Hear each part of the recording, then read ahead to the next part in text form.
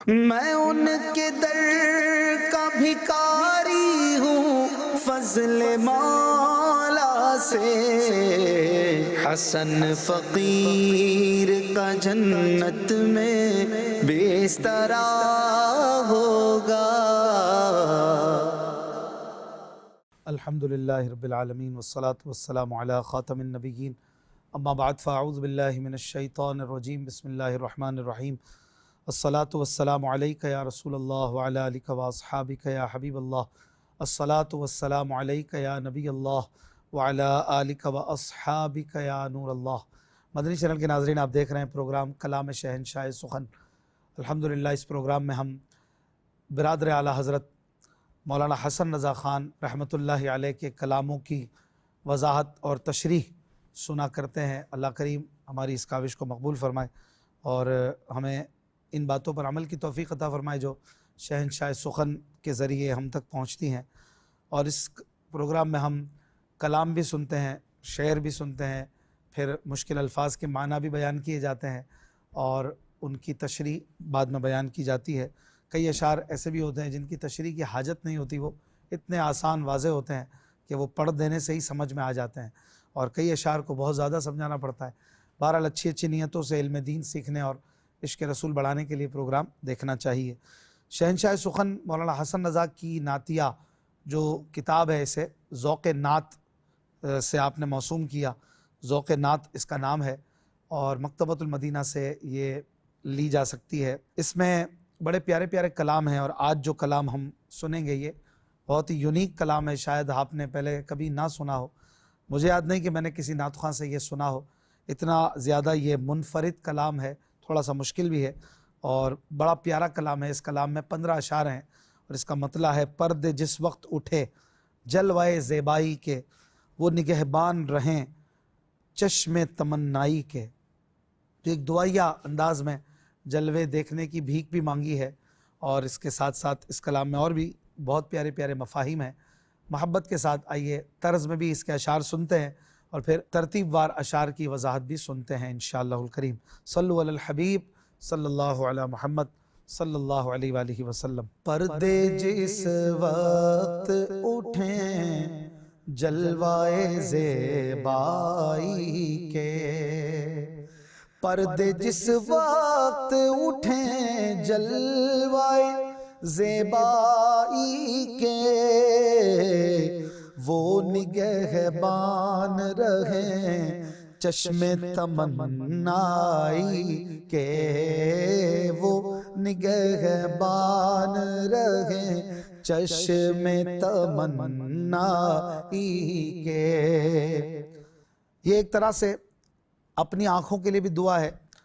التجا ہے، اور جلوے دیکھنے کی بھی اس میں انڈائریکٹلی التجا ہے۔ کہتے ہیں کہ جس وقت جلوہ زیبائی یعنی خوبصورت جلوہ حضور علیہ الصلوۃ والسلام کا، اس پر سے پردے ہٹیں اور ہم غلاموں کو دیکھنے کی سعادت ملے۔ اب وہ دنیا میں کاش مل جائے، ورنہ مرتے وقت کرم ہو جائے، قبر میں بھی جلوہ دیکھنے کو مل جائے، قیامت کے دن ہمیں دیکھنے کی سعادت ملے۔ تو وہ جلوے تو ایسے جلوے ہیں کہ کہیں ایسا نہ ہو کہ ان کی تیز چمک دمک سے ہماری آنکھیں ہی کام نہ کریں، ہماری آنکھیں ہی دیکھ نہ سکیں، اس قابل ہی نہ رہیں۔ تو کہہ رہے ہیں کہ حضور ہی کرم فرمائے کہ جلوہ بھی دکھائے، اور حضور ہی کرم فرمائے کہ ہماری آنکھوں کی حفاظت بھی فرمائے، اور ان کو ایسی بینائی دیں کہ آپ کے جلوے ہم دیکھ سکیں۔ وہ نگہبان رہیں، نگہبان یعنی محافظ، حفاظت کرنے والے رہیں، چشم تمنائی یعنی اس دیدار کی تمنا رکھنے والی آنکھ کی حفاظت بھی وہی کریں اور جلوہ بھی وہی دکھائیں۔ سبحان اللہ۔ اگلے شعر میں کہتے ہیں: دھوم ہے فرش سے تا عرش تیری شوکت کی، دھوم ہے فرش سے تا عرش تیری شوکت کی، خطبے ہوتے ہیں جہاں بانی و دارائی کے، خطبے ہوتے ہیں جہاں بانی و دارائی کے۔ اس شعر میں کہہ رہے ہیں کہ یا رسول اللہ، آپ کی تو فرش سے لے کے عرش تک دھوم مچی ہوئی ہے۔ شوکت یعنی عزت، آپ کی جو عزت ہے، آپ کا جو وقار ہے، اس کی ہر طرف دھوم مچی ہوئی ہے، فرش ہو یا عرش ہو، اور ہر طرف آپ کی جہاں بانی یعنی سلطانی، آپ کی سرداری، اور دارائی یعنی بادشاہت، آپ کی سلطانی، آپ کی بادشاہت کی ہر جگہ خطبے ہوتے ہیں۔ خطبہ یعنی کہ آپ کی عزت کے جو ہے وہ قصیدے پڑھے جاتے ہیں اور آپ کی نعتیں پڑھی جاتی ہیں، ہر جگہ آپ کی بادشاہت جو ہے۔ اگلے شعر میں کہتے ہیں حسن رنگینی و طلعت سے تمہارے جلوے، حسن رنگینی و طلعت سے تمہارے جلوے، گل و آئینہ بنے محفل و زیبائی کے، گل و آئینہ بنے محفل و زیبائی کے،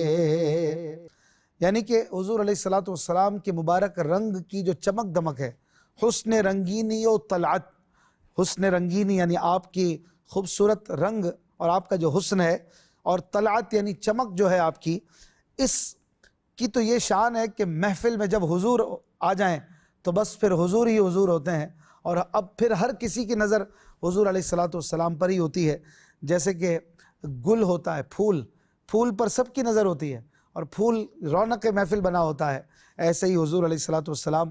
گل کی طرح ہے کائنات میں، آپ ہی کی طرف سب کی نظر لگی اور ٹکی ہوئی ہے، اور آئینہ آپ بنے ہوئے ہیں، آئینے کی طرف سب کا رخ ہوتا ہے، آئینے میں ہر کوئی اپنے آپ کو دیکھ کر گویا آئینے کی طرف منہ ہوتا ہے، ایسے ہی جو رونق محفل ہو وہ بھی گویا محفل کا آئینہ بن جاتا ہے کہ سب اس کی طرف منہ کرتے ہیں۔ حضور علیہ السلام محفل زیبائی، اس شعر میں جو لفظ ہے محفل و زیبائی کے، اس کو یوں بھی پڑھ سکتے ہیں کہ گل و آئینہ بنے محفل زیبائی کے، دونوں طرح پڑھا جا سکتا ہے اور دونوں طرح خوبصورت معنی بنتا ہے کہ آپ کی جو شان ہے اور آپ کی جلوے اور چمک دمک ہے، یہ تو محفل زیبائی یعنی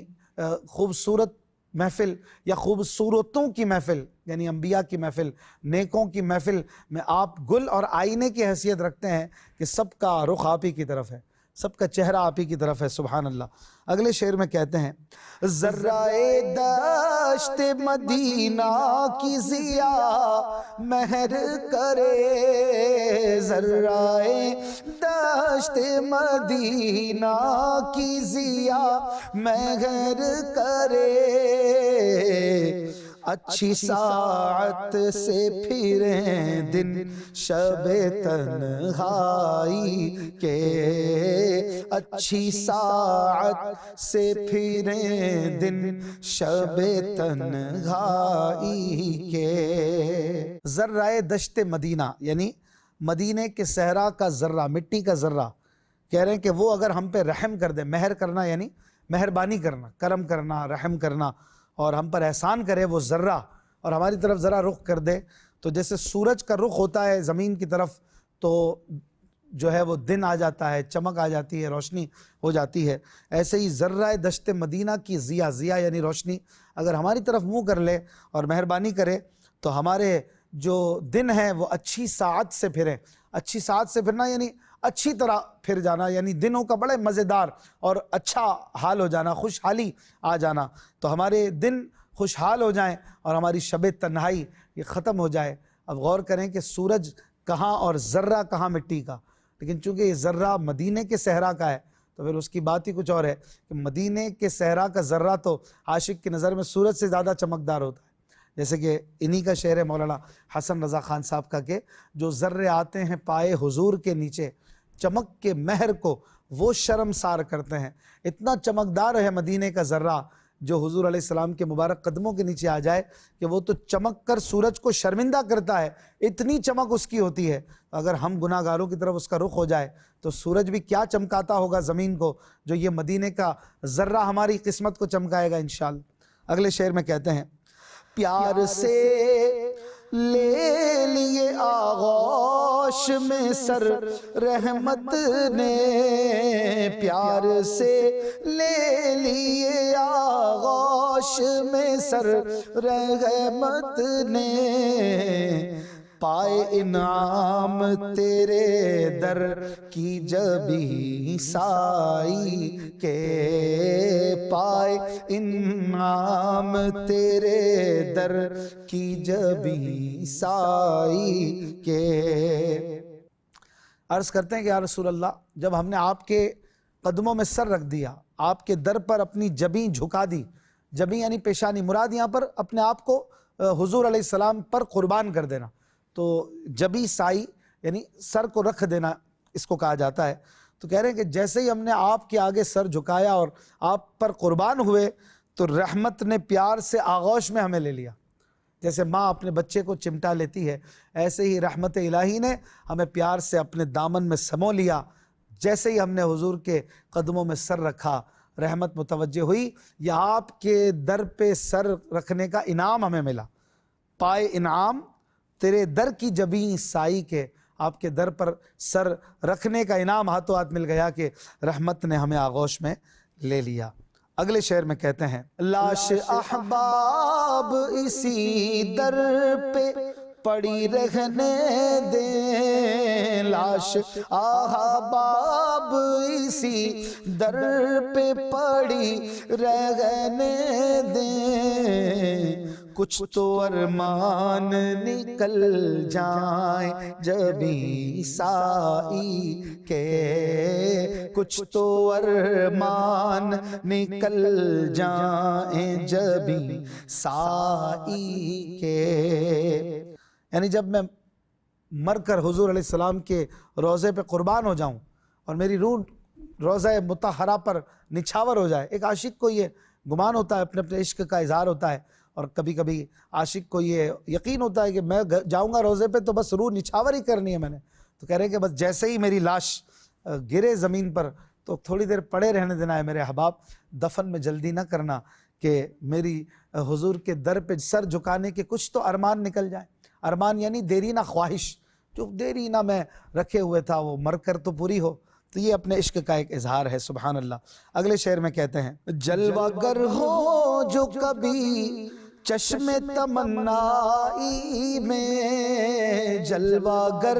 ہو جو کبھی چشم تمنائی میں، پردے آنکھوں کے ہوں پردے تیری زیبائی کے، پردے آنکھوں کے ہوں پردے تیری زیبائی کے، یعنی یا رسول اللہ آپ کبھی میری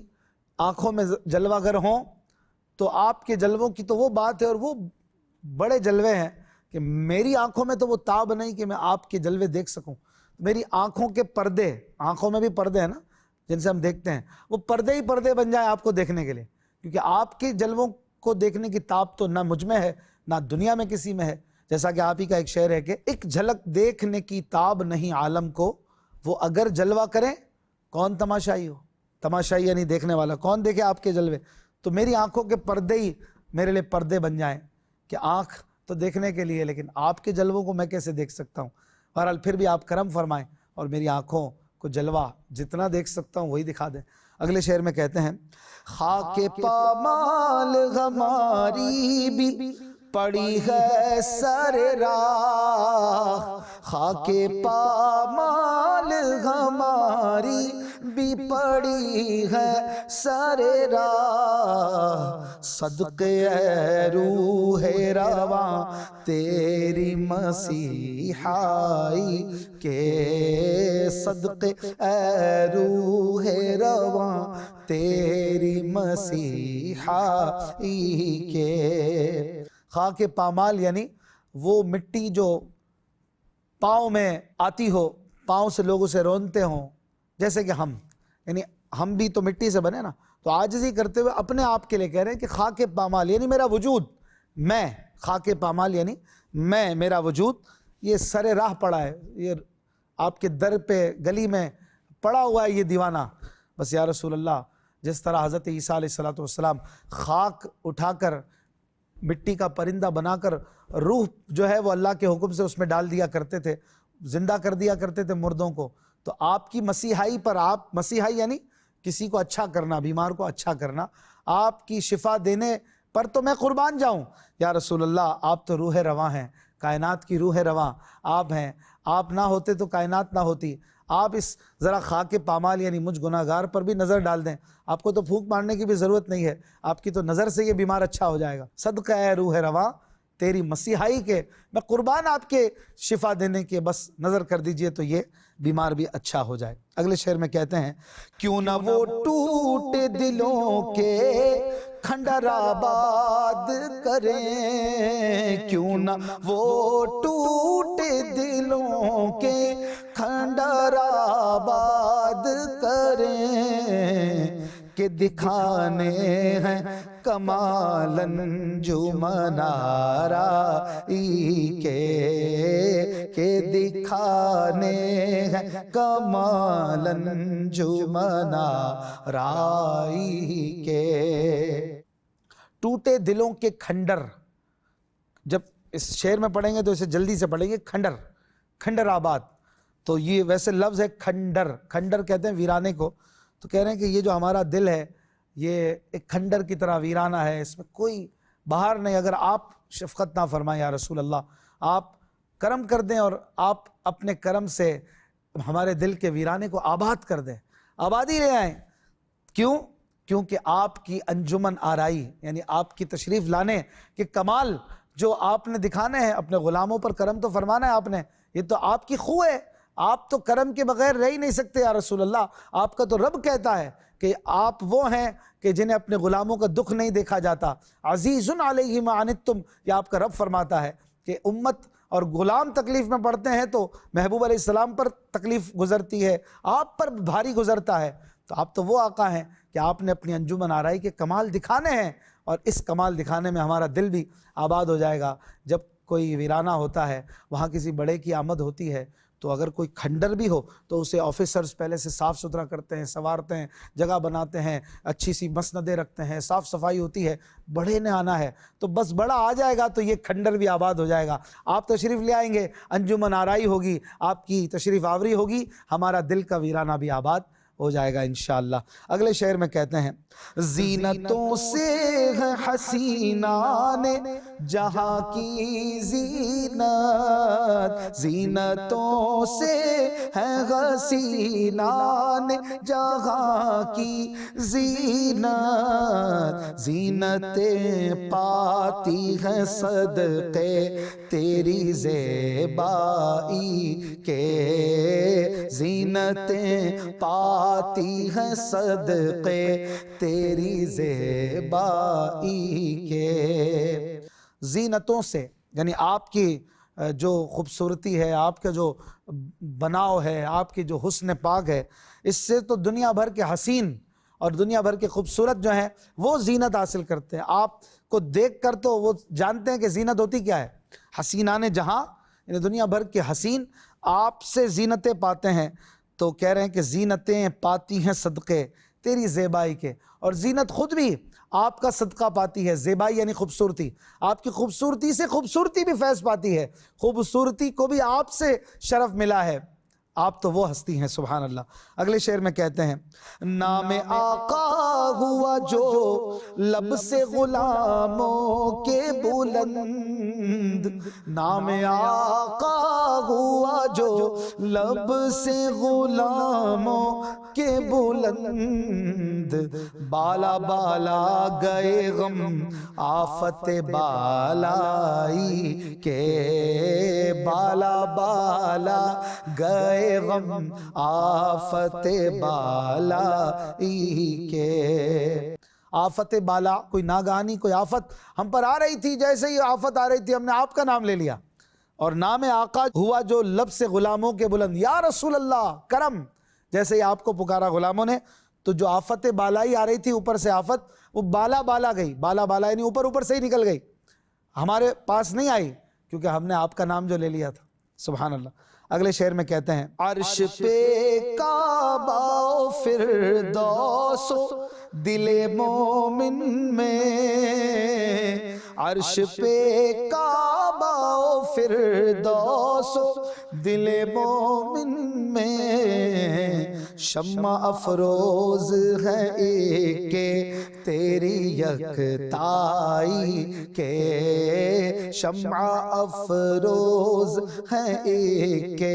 تیری یکتائی کے۔ عرش پہ بھی معراج کی شب اللہ پاک نے آپ کو بٹھایا، کعبے میں، فردوس جنت میں، اور مومن کے دل میں آپ کا اکا یعنی آپ کی ذات پاک کی چھاپ یہ لگی ہوئی ہے، اور شمع جو ہے وہ جل رہی ہے، اور آپ کی جو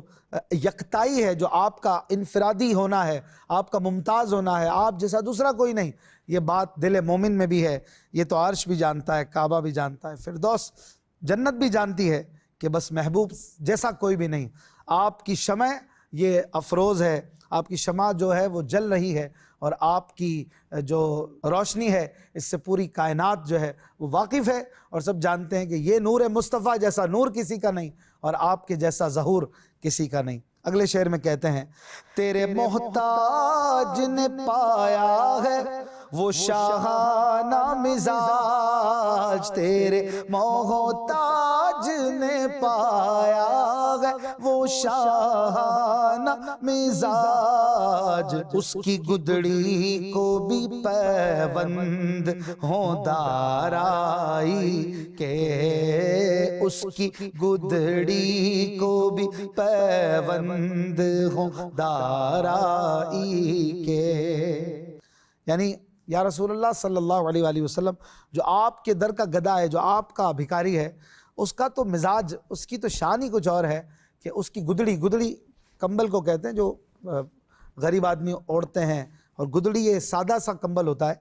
تو کہہ رہے ہیں کہ جو آپ کا منگتا ہے، جو آپ کا غلام ہے نا، اس کی تو گدڑی میں بھی بادشاہوں والے پیوند ہوتے ہیں، پیوند بھی ہوتے ہیں تو وہ بادشاہانہ ہوتے ہیں، اسے کسی اور سے غرض نہیں ہوتی، وہ تو گدڑی میں لال جیسے کہتے ہیں نا، گدڑی میں لال یعنی ہیرے، تو وہ گدڑی میں بھی ہیرے رکھتے ہیں، بظاہر سادہ سا کپڑا ہے، سادہ سا کمبل ہے، لیکن اندر کیا کیا شانیں رکھتے ہیں، تو یہ آپ کے غلاموں کے در کی بات ہے۔ اگلے شعر میں کہتے ہیں، اپنے ذروں کے سیاہ خانوں کو روشن کر دو، اپنے ذروں کے سیاہ خانوں کو روشن کر دو، مہر ہو تم فلک انجمن آرائی کے، مہر ہو تم فلک انجمن آرائی کے۔ جب سورج چمکتا ہے تو اس کے ذرات جو آپ دیکھتے ہیں، سورج سے ذرات چھن چھن کے آ رہے ہوتے ہیں، کبھی کھڑکی سے سورج کے آنے کو دیکھیں، سورج کی شعاؤں کو دیکھیں تو آپ کو ذرات نظر آئیں گے، وہ بھی چمکدار ہوں گے۔ تو کہہ رہے ہیں کہ یا رسول اللہ آپ تو مہر ہیں، مہر یعنی سورج ہیں، انجمن آرائی کے، فلک کے، فلک یعنی آسمان، انجمن آرائی یعنی شانیں اور جتنی بھی عزتیں ہیں، عزتوں کے آسمان کے آپ سورج ہیں، آپ ہی سے سب کو عزتیں ملتی ہیں، اللہ پاک کی عطا سے آپ عزتیں تقسیم فرماتے ہیں، تو آپ اپنے ان غلاموں کے سیاہ خانوں کو بھی روشن کر دیجئے۔ ہم ذرے ہیں آپ کے، اپنے ذروں کے سیاہ خانوں کو، جو کالے کالے ان کے کرتوت ہیں، ان کے کالے کالے جو ان کے معاملات ہیں، ان کو روشن کر دیجئے اپنی ذرا ایک روشنی لگا کر، عطا فرما کر۔ آخری شعر مقطع میں کہتے ہیں، پورے سرکار سے چھوٹے بڑے ارمان ہوں سب،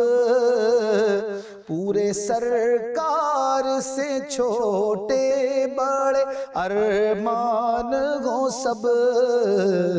اے حسن میرے چھوٹے بڑے بھائی کے، اے حسن میرے چھوٹے بڑے بھائی کے۔ اعلیٰ حضرت امام احمد رضا خان علیہ رحمہ یہ بڑے بھائی ہیں، مولانا حسن رضا خان منجھلے سیکنڈ، اور تیسرے بھائی تھے محمد رضا خان رحمۃ اللہ علیہ۔ تو اپنے دونوں بھائیوں کے لیے اور اپنے لیے دعا کی ہے کہ اے حسن میرے اور میرے بڑے بھائی امام احمد رضا اور میرے چھوٹے بھائی محمد رضا، ہم سب کے سرکار علیہ السلام کے صدقے میں چھوٹے بڑے سب ارمان پورے ہو جائیں۔ ارمان یعنی دل کی خواہشیں، تمنائیں، چھوٹی ہو یا بڑی ہو سب سرکار سے لینی ہے، اور بھائیوں میں محبت دیکھیں سبحان اللہ، اعلیٰ حضرت امام احمد رضا کے لیے بھی دعا ہے، چھوٹے بھائی کے لیے بھی دعا ہے، یہ بھائیوں میں محبت ہونی چاہیے، یہ ہونا چاہیے ہمارا انداز، بھائیوں کے لیے، بہنوں کے لیے، دوستوں کے لیے، عزیزوں کے لیے دعائیں کرتے رہیں۔ اور یہ چیز مولانا حسن رضا کے کئی کلاموں میں ملتی ہے کہ اپنے لیے بھی اور دوسروں کے لیے بھی دعائیں کرتے ہیں سبحان اللہ، پورے سرکار سے چھوٹے بڑے ارمان ہوں سب، اے حسن میرے چھوٹے بڑے بھائی کے، سبحان اللہ۔ یہ شعر کمال کا ذوق افزا ہے اور ہماری تربیت کے لیے بھی سبحان اللہ کافی ہے۔ اللہ خاندان رضا کو سلامت رکھے اور ان کے مزارات پر کروڑوں رحمتیں نازل فرمائے۔ زندگی رہی تو اگلے پروگرام میں ایک نئے کلام کے ساتھ ملیں گے۔ آگے جو کلام آ رہا ہے بڑا ہی خوبصورت کلام ہے اور انتہائی مشہور کلام ہے مولانا حسن رضا خان صاحب کا۔ زندگی رہی تو انشاءاللہ ملتے ہیں اگلے پروگرام میں۔ صلو علی الحبیب صلی اللہ علی محمد صلی اللہ علیہ وسلم۔ آسیوں کو در تمہارا مل گیا، بے ٹھکانوں کو ٹھکانہ مل